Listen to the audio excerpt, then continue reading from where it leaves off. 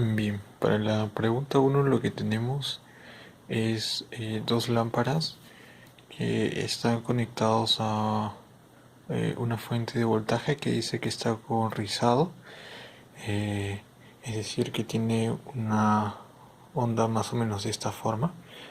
Y entonces lo único que hay que, digamos, hacer para regularla es colocarle una resistencia y un diodo Zener, ¿no? Y este sería el diagrama esquemático de la parte A. Bueno, para la parte B, primero hallamos eh, todos los datos con lo que nos dan y con el código hallamos todos esos valores, ¿no? BDS, voltaje de Zener,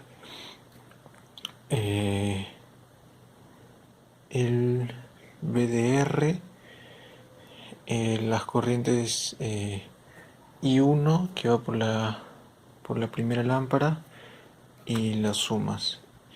Entonces podemos hallar I2 también, que es mayor que I1.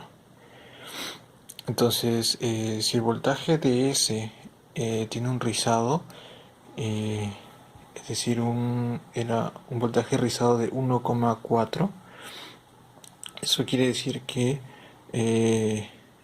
el voltaje 23,3 de BDS está al medio de esta curva y por el rizado tiene un incremento de 0,7 hacia arriba y 0,7 hacia abajo. Es decir, hay un BS máximo y un BS mínimo.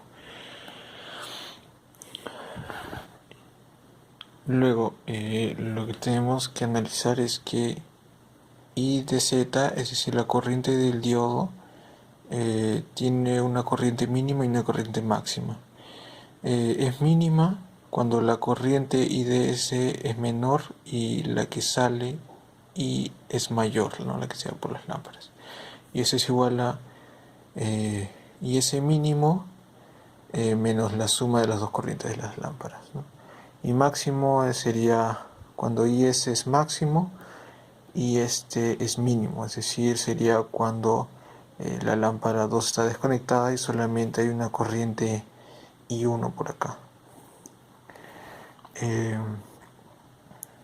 Entonces, si queremos el R máximo, tenemos que utilizar la corriente del Zener mínima, es decir, la corriente, digamos, umbral en la que el Zener está a punto de apagarse. Entonces, para ello utilizamos el IZ mínimo, la corriente del Zener mínimo, y hallamos la corriente de S mínima, que sería 69 miliamperios. Entonces, el RS máximo, tomamos la diferencia de voltajes cuando la fuente es la menor y cuando el diodo está activado. Tomo la fuente cuando es menor, es decir, 23,3 menos 0,7, porque digamos ese es el caso en el que es el menor voltaje, donde el Zener también está en el punto crítico de apagarse. Entonces sería 23,3 menos 0,7 menos el voltaje del Zener, que es 8,22, sobre la corriente mínima de S, y obtenemos 205 ohmios.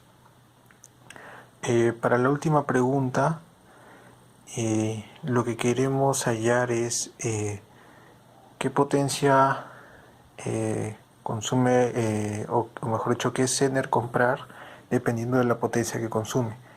Entonces lo que hice fue tomar la corriente del Zener máxima por el voltaje de Zener, ¿no?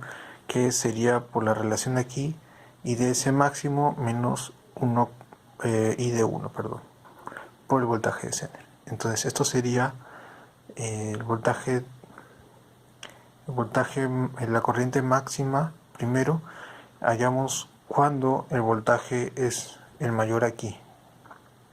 Entonces tendríamos 23,3 más 0,7 menos el voltaje de Zener entre la resistencia que hallamos, es igual a 77 amperios. Entonces reemplazamos y sería 77 amperios. Perdón. Ese máximo no es el que pasa por el sender, sino el que está pasando por la RDS. Entonces se resta de los 10 amperios que está pasando por la lámpara 1.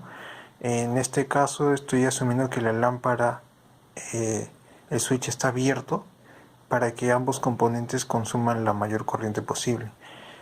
Entonces I de Z sería I de S menos I1, perdón. Entonces sería 77 menos 10 amperios por el voltaje de Zener y me queda 0,55 watts. Como el que estaba, había un diodo que era de 0,5 watts, pero necesitamos 0,55, entonces escogemos el de 1 watt.